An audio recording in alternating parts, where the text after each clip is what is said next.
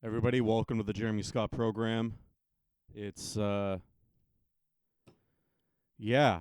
that happened, I guess. That's what we're doing. That's where we are. I got to go to work in a couple hours. It's the very early hours of 9/11, 2025. I called in yesterday like 8 o'clock and said I don't think I'm going to be able to make it into work tomorrow. She said, "Are you sick?" I said, "No, kind of. I need to mourn the loss of Charlie Kirk." And my manager was like, "Charlie who?" So then I just kind of pushed that aside. I said, "Well, it's also tomorrow's 9/11." And then she said, "Jeremy, that was 24 years ago. Whoever this Charlie guy was, he'd want you to get over it." And I was like, "I don't think you know Charlie. I'm not getting over anything." Well, it is what it is. Yes, it's the 24th anniversary of 9/11. Very pivotal moment in most of my generation's lives. Yesterday was a shit show. I was like eating a sandwich and then heard the thing and then saw a censored link for a video and then uncensored it and saw a guy who I wasn't really overly fond of. He made some good points. He always seemed to be like a good like dad and a husband. You know what I mean? Like he didn't seem to be, like living that rock star lifestyle, sleeping with other women and being kind of being a degenerate. He was like preaching people to get married and have kids and be faithful husbands. So there was that. And so to see him get shot in the throat and bleed out, like don't watch that video. Don't watch that video. And there's like, people on the Facebook like always are being very mature about it. Nobody's saying thankfully someone died. I don't know. Or the whataboutism. Like, did you know this other person got okay, sure. When Ozzy Osbourne died, I didn't like spam your comment feed with like, yeah, do you know how many kids died in Gaza today and you're caring about Ozzy who was like old and dying anyways? Thank God stuff like this doesn't happen in Canada. I mean, aside from the police, only the criminals have guns here, so that's a thing. I just want to point right out right now that whatever political side you lay on, the Jeremy Scott program does not condone political violence. Don't go and shoot people that you don't agree with. Just saying. I mean, if someone breaks into your house, it's a different story. You'll probably go to jail for that either way here in this country, but if someone breaks into your house, by all means, throw a pan at them or something. Serve your time. Yeah. Yeah, don't shoot your political adversaries or, just people that you find annoying. Yeah, I've been saying for a lot, even people that I don't like, Justin Trudeau, don't shoot that guy. He's not even prime minister anymore, but when he was, I was never like advocating like someone to shoot him. I always thought that it would be nice and maybe Americans could adopt this mentality. Throw dildos at your adversaries, like big ones. Like not like the little ones, that like, that your girlfriend hides in her dresser. I mean like the big ones. Like if you saw that she had this, you would be rethinking things. Like just a big, hefty one. You throw that. I always thought that would be something for Trudeau. I'd never would want us turn on the TV or Mark Carney or any of these people that I do feel like make life not as good as it could be because they're in office. I would never want to turn on the TV and be like, yeah, they've been shot. I would want to turn on the TV and be like, someone has thrown a giant dildo at the prime minister. And not even like hurt them because those things could be heavy. I mean, you could get like a concussion. I don't want them to have a concussion. I'd like it to leave a mark. I don't want them to be shot because when you shoot your political adversary, like what happened to Charlie has kids, he has a wife. You shoot Trudeau, he can't go home to his kids. You throw a dildo at him and it leaves like a mark. He goes home and his kids look up at him and they see their dad. He's alive, he's breathing, and they're like, "Dad, why do you have like a dick imprint all over on your face?" And then he just looks, he's like, "Well, in Canada we don't succumb to gun violence. We throw dildos at people that we disagree with. We throw dildos at people. That's Canada." But they could do that in America. They could throw dildos in America. It's something. At the time of filming this, they haven't found the shooter. They had the shooter in the beginning, and then it wasn't the shooter, and then whoever this Kash Patel person is sounds like a rapper. "Yo, this is Kash Patel. We got him. Oh, no, dog, we didn't get him. Oh, no, now we got him. Now we got him. Oh, no, we didn't get him." So the two people kind of jumping the gun there. I guess that's why the police never want to, like, come right out and be like, "Yeah, we got this person," or "We know where this person is," because it hinders their investigation. So when they were like, "Hey, we got this person," whoever actually did it is like, "Ah, snap. Perfect. All right, I'm going to board a plane now because they are not really looking for me anymore." So I guess the Charlie Kirk shooter is unknown at the time of filming this. It's the early morning hours of the 24th anniversary of 9/11, 2025. Yeah, the conspiracy train's already a chugging. Like last night, it was like 12:30 in the morning. I was just like, okay, I got to put this down. I got to put the phone down. There's already like stuff kind of coming in that this was like an intentional hit, like a distraction. Yesterday there was these UFO hearings. They're talking about the alien ship that's coming. They're talking about triangles coming up out of U.S. air bases. They're talking about apparently this UFO that's like flying through the sky, and a missile was shot at it and then just deflected off it like it had some like space shield from Star Trek. Maybe it was like Captain Picard or Captain Kirk and his crew back in time. Those are fictional characters, people. It wasn't like that. But it did.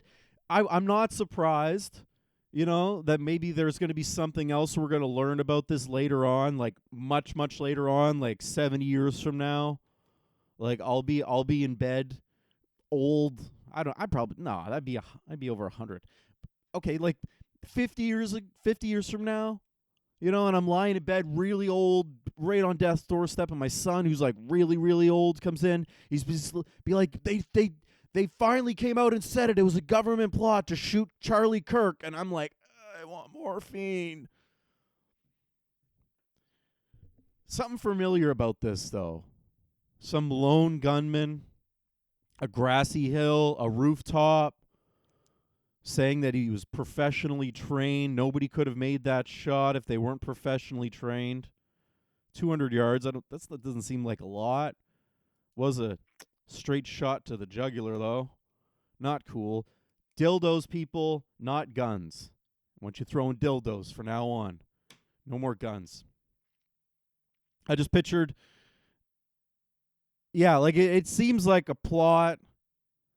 Like they were in the Oval Office and they came to Trump and they're just like, yeah, the UFO hearings, like people are becoming aware, and he says, it's time we take someone out. I don't want to know who. Just someone. Get the news going. Take them out. He wasn't happy. Let's just be clear. He was not happy about this.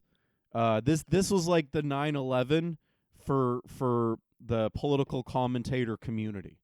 This is going to be, if you follow politics, this is going to be a big thing. September 10th, 2025. Charlie Kirk was shot.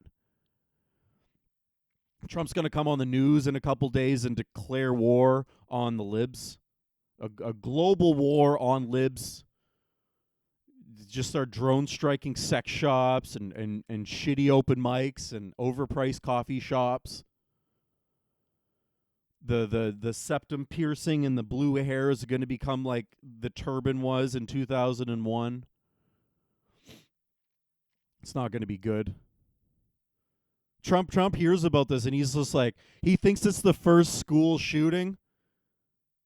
He's like, what? They shot him on a school? Who shoots somebody at a school?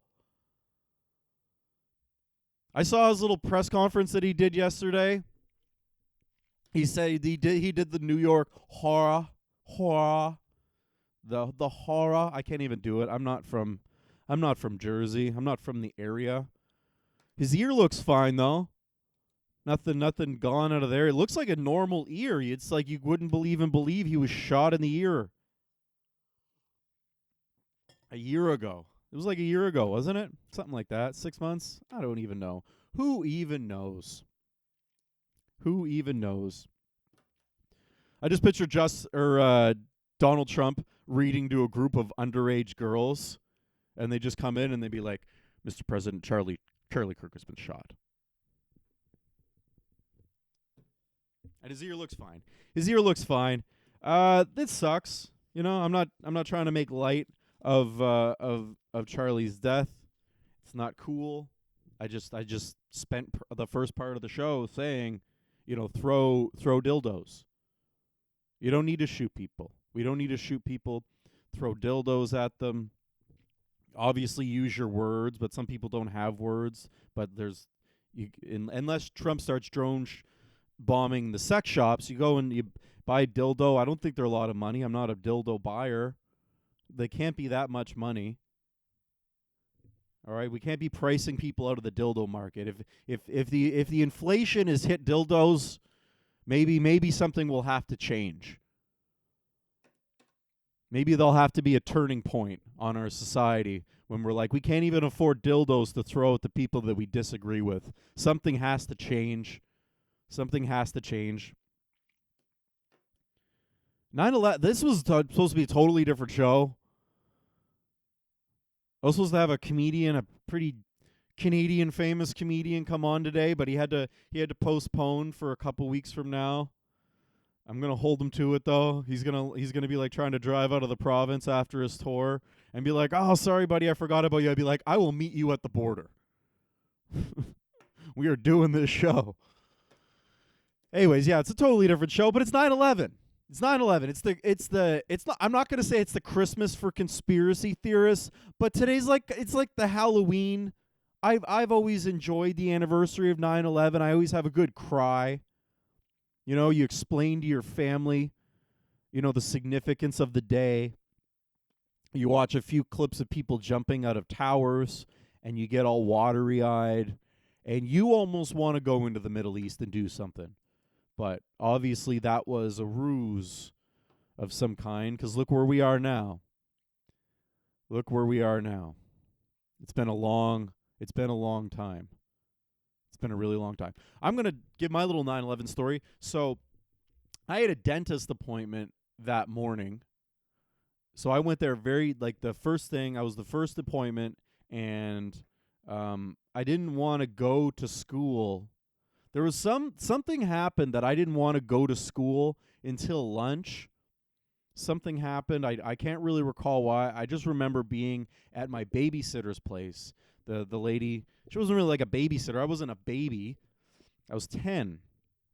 But I went to her place, and usually I would go there for lunch from school. I would walk from my school and go there, and we would eat cheeseburgers and watch The Price is Right.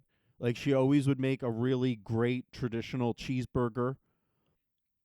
I don't want to say that every single day she made me a cheeseburger, but that's what I remember. I only ever remember the cheeseburgers, so they must have been good. But we watched The Price is Right, and we would eat cheeseburgers. So I left the dentist and went there, and as soon as I walk in, like, oh shit, what's happening here? Oh, a plane flew into a building in New York City, and I'm like, oh my god, a plane? They're like, yeah, it might have been a small plane. We're not know. Like, I watched it develop. I remember when they were like, okay, this might be a small plane, and then they come out, it's a commercial liner, and I watched the second plane go into the second tower live. Like, Rita was, I'm not naming my fucking babysitter. Maybe I've already done that in the past show. Okay, so she's out in the kitchen making my cheeseburger. And 10-year-old me is out there Like, most of the time, if I was there before The Price is Right, we're watching soap operas. And I was like, I was only 10. I didn't understand the gravity of the situation. I wasn't like totally like, oh, there are a bunch of people dying. My mind was still like in 90s television era where it was just like, oh yeah, the plane flew in there. Oh yeah, but everybody saw the plane and got out of that section of the building in time. No, everybody's fine. Everybody's fine. So I didn't really understand it. So when the second plane went in the building, I'm like, Rita, second plane hit the other building. It was big. It was big. I watched that live on TV. Eventually, she's just like, okay, you need to go to school now. So I went back to school like 10 minutes before lunch ended. A lot of the kids that I went to school with, they wouldn't leave the yard. They wouldn't leave the schoolyard. They would stay at the school. So when I got back, they all knew. They all knew, but they had limited information. I had the sources. Because we were flicking, she had good cable. We were flicking through like 4 or 5 different news channels, getting the scoop. So I came back, and I was just like, guys, something smells like an inside operation. No, I didn't say that. I just came back and said, yeah, no, they were planes. Like, people hijacked these planes and flew them into the buildings. And then one other kid piped up. He's like, it's apparently terrorism. These were terrorists. So we all got to collectively learn that day about what terrorists were. I don't think we did any work for the rest of the day. Our teachers talked to us. You know, we were all like looking out the windows thinking like planes were going to start flying into our school. It's just like, yeah, they're going to do the World Trade Centers, and then they're going to hit Seawood Elementary School on the west side of St. John. Yeah, we were very small-minded. That night, I think that's when I transitioned from being like a boy into like almost a young man. Like the transition was beginning. It would take a year and a half, 2 years before like it was like, okay, you're becoming a real like big boy. But I was like kind of turning in that point. I was sitting there playing with my Legos. My mom and me are watching CNN, and I'm playing with my Legos. I built like 2 towers with the Legos, and like, oh no, planes are coming into those. But like, oh no, we got big helicopters. Everybody's getting to the roof, and we're rescuing the people, and everything's going to be okay. And then I'm looking up at the TV, and it's just like, oh, terrorism. We're going to go to war, I guess. Maybe. Yeah, that night when I climbed into bed, I turned my little nightlight on. I reached under my bed and pulled out Sears catalog and opened it up, and I looked at the girls in the Sears catalog, and I told them, I was like, the world's gonna change. The girls that took these pictures aren't going to be the same girls going here on out. It was big. It was significant. I'm not saying that the Charlie Kirk shooting was as significant, but it's an event, and sometimes little events can change the world. Obviously, sometimes big events come and change the world. Sometimes big events happen, and then it's just a week later, it's like, oh well, remember that thing that happened? The guy got shot in the jugular. I don't think this is gonna pass very fast, especially because he was a part of the media. And the media is big, sort of, and they're gonna, this is gonna be a big thing. He ran a company called a nonprofit, not a company, like a nonprofit talking organization. They got a pile of money from the Koch brothers years ago. Charlie Kirk, for a long time I always just was like, okay, he's just a plant from the establishment. They just stuck him there. And then they took him out. But I'm not speculating on that. It is what it is, guys. The world's different.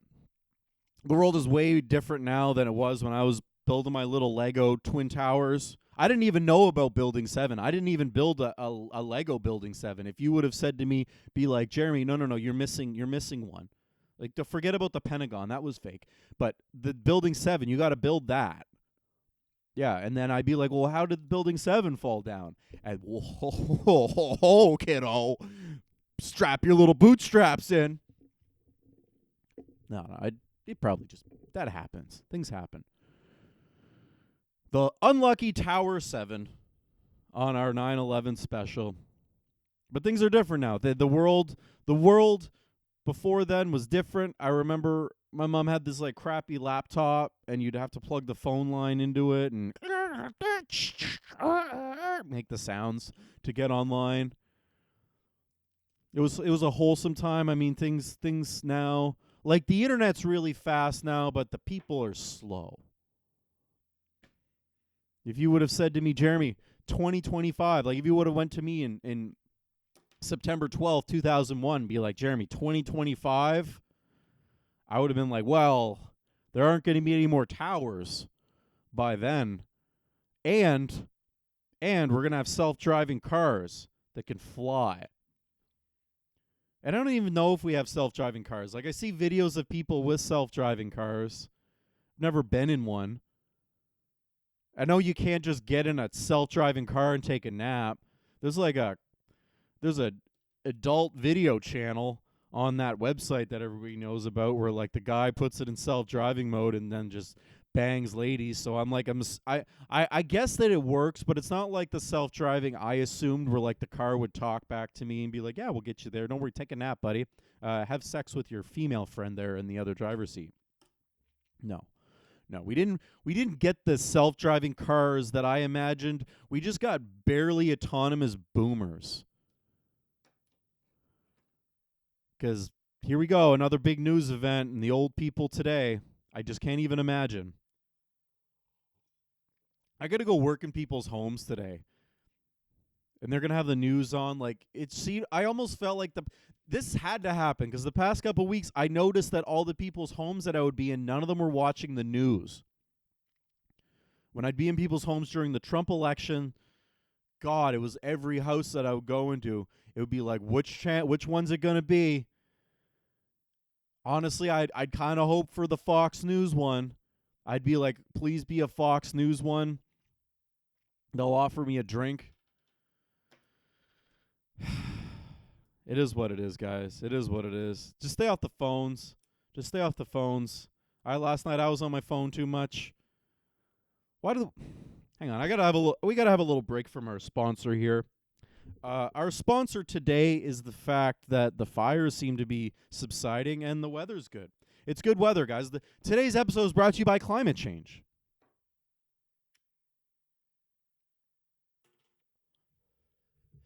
Whether you believe it or not, today's episode is brought to you by climate change. It's a fake sponsor. I'm saying that. Climate change is fake. A fake sponsor. It's a fake sponsor. So, yeah. I was out a week and a half ago and socializing after a show, and there was a woman there that kept going on that her phone was listening to her. And I was just like, well, I mean, it is. But not like, she didn't mean like, oh, after 9/11, the NSA, they're spying on us, all that stuff. No, she meant like my phone's listening to me, she was saying. Because she would talk about something, and then the phone would suggest her things to sell her. And I said, maybe.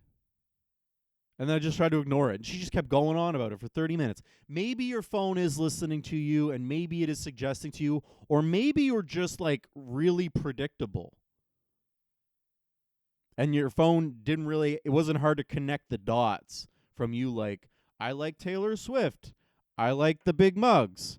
I like comfy pajamas. Oh, I would like these mixed glasses, these special margarita mixer things. I don't know. Something. I'm tired of us calling these phones smart. They're not smart. I know they're smarter than they want us to believe they are. I think I'm tired of my phone playing stupid with me. Every time I turn my GPS off, like not like intentionally, like turn my GPS off and then search for things. Like I'll just go and click off all the little things and turn everything off. And then I'll go and look for something, search for a restaurant or something, and then the phone will be like, yeah, this restaurant is open, Main Street in Ottawa. And I'm just like, I have never been to Ottawa. There was that time a couple years ago I wanted to go to Ottawa, but I had COVID, so I couldn't go, and I don't even own a truck. I wanted to take my snowmobile there, but there wasn't any snow because of fucking climate change. True story. When the trucker convoy happened, I wanted to like put this giant Canadian flag on the back of my snowmobile and drive to Ottawa. I wanted to do like a GoFundMe and be like, I'm gonna be the most Canadian man at this protest. And then there were like way more Canadian people there, and I had COVID too, so I couldn't go. I couldn't go protest. But yeah, the phone plays stupid with me all the time. It pretends like it doesn't know that obviously I'm searching for this exact same restaurant that I search for every 2 months. No, it's just like, I'm just stupid right now because you turned the GPS off. I don't know where I am, even though it knows where it is. The phone knows where it is. It doesn't just need the location thing to be on to know where it is. The phones know where they are. Do you think the CIA is like, God damn it, the Al-Qaeda guy, he turned his GPS off on his phone. We can't find him. We don't know where he is. The thing is when the phones actually get smart, that'll be their undoing. Like if you're going through the drive-thru, it's late, you're ordering some slop, and then your phone, the little AI voice, I thought we were on a diet. You don't need that, Jeremy. It's late. You know, studies show that actually eating late is really what contributes to people being fat and having heart problems. Phones out the window. I swear to God, as soon as phones start like trying to get women to take accountability, you will see iPhones smashed all over the ground. As soon as the phone starts being like, I'm not sending this dick pic, Greg. I'm not sending this. Greg, this isn't going to work. She's not going to like this. The phones are done. Soon as you put your phone down, when you're at the comedy open mic, you put it down to put the timer on, and then your phone just pipes up, be like, this set is going to suck. Nobody's going to laugh. This isn't funny at all. You know? You're just this little tattooed guy, you put your phone down, and the phone's just like, you stole half of these jokes. This isn't cool, man. The phones are done.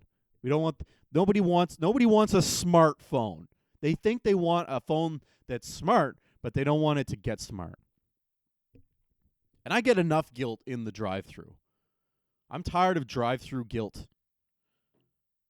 Truly. All right, there's two. The drive-thrus have changed. Obviously, I've talked ad nauseum about the Indians in the drive-thrus and at the Tim Hortons, how they've just taken over the takeout industry.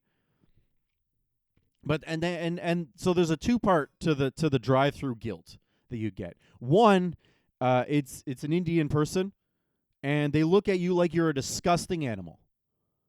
Like, a Dave's double with the fry and a root beer no ice. Oh, anything else, you sick fuck? They look at you like you're disgusting. They hand you the debit machine. You're like, this is what you're eating?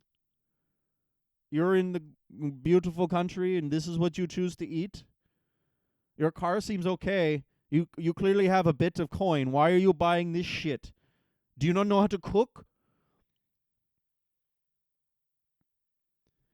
And then the other side of that is if it's not like a very fit Indian person looking at you like you're a slob, it's a 350-pound person just wedged in that little cubicle. Like, you know when you go to the drive-thru and they get you to go to the first window?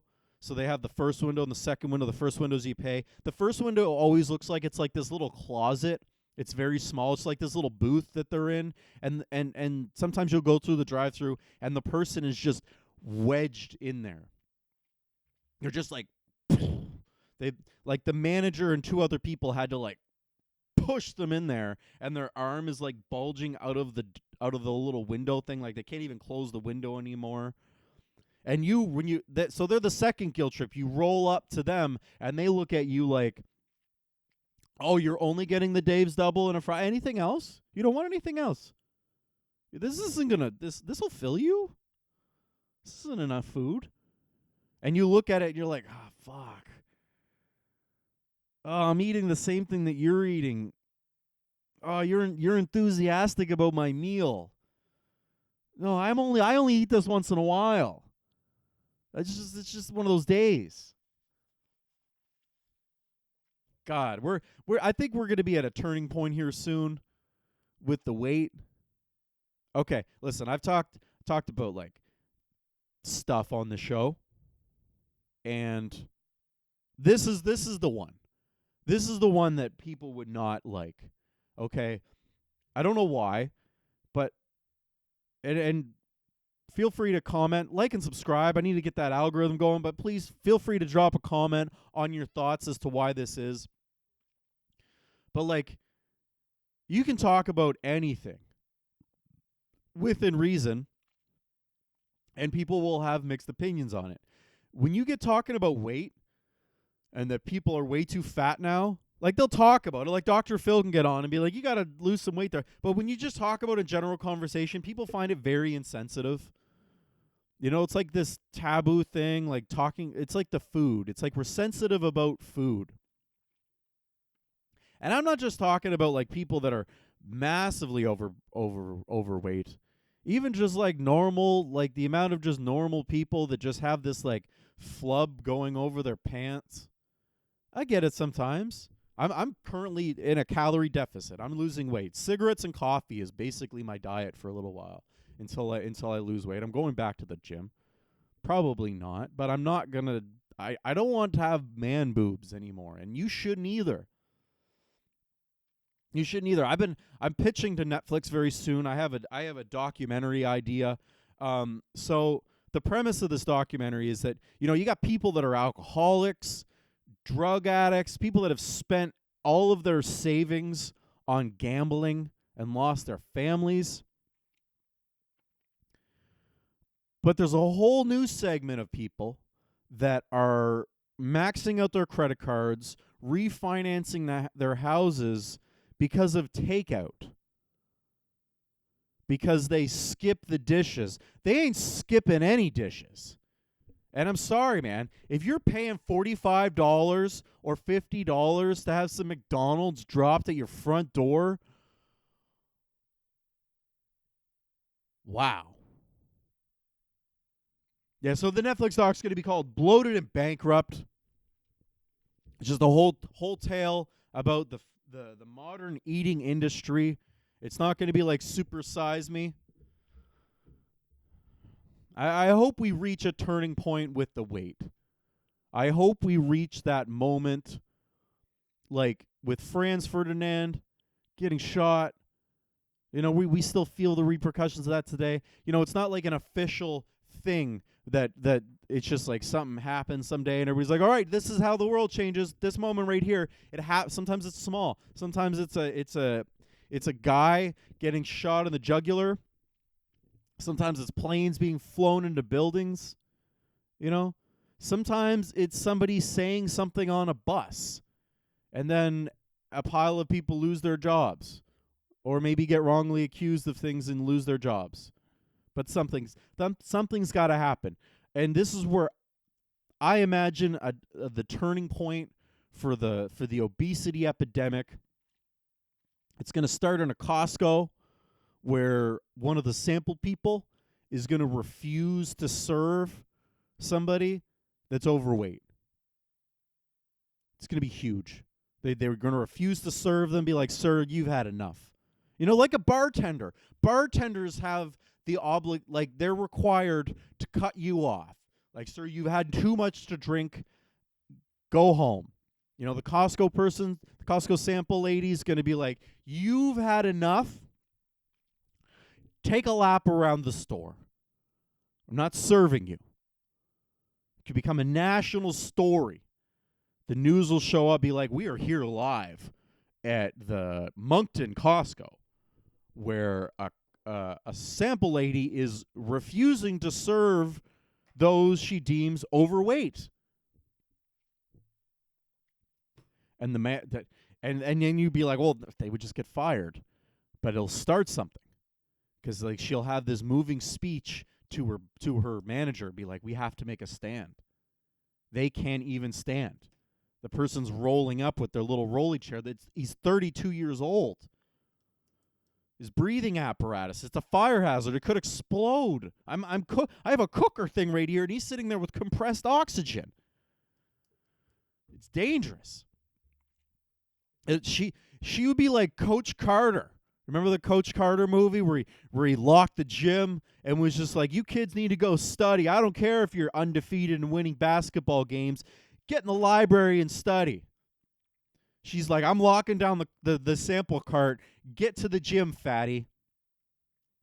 The news will be there, be like, this is a big story. This is a big story.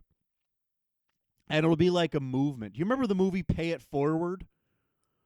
Well, then these people will start paying that forward.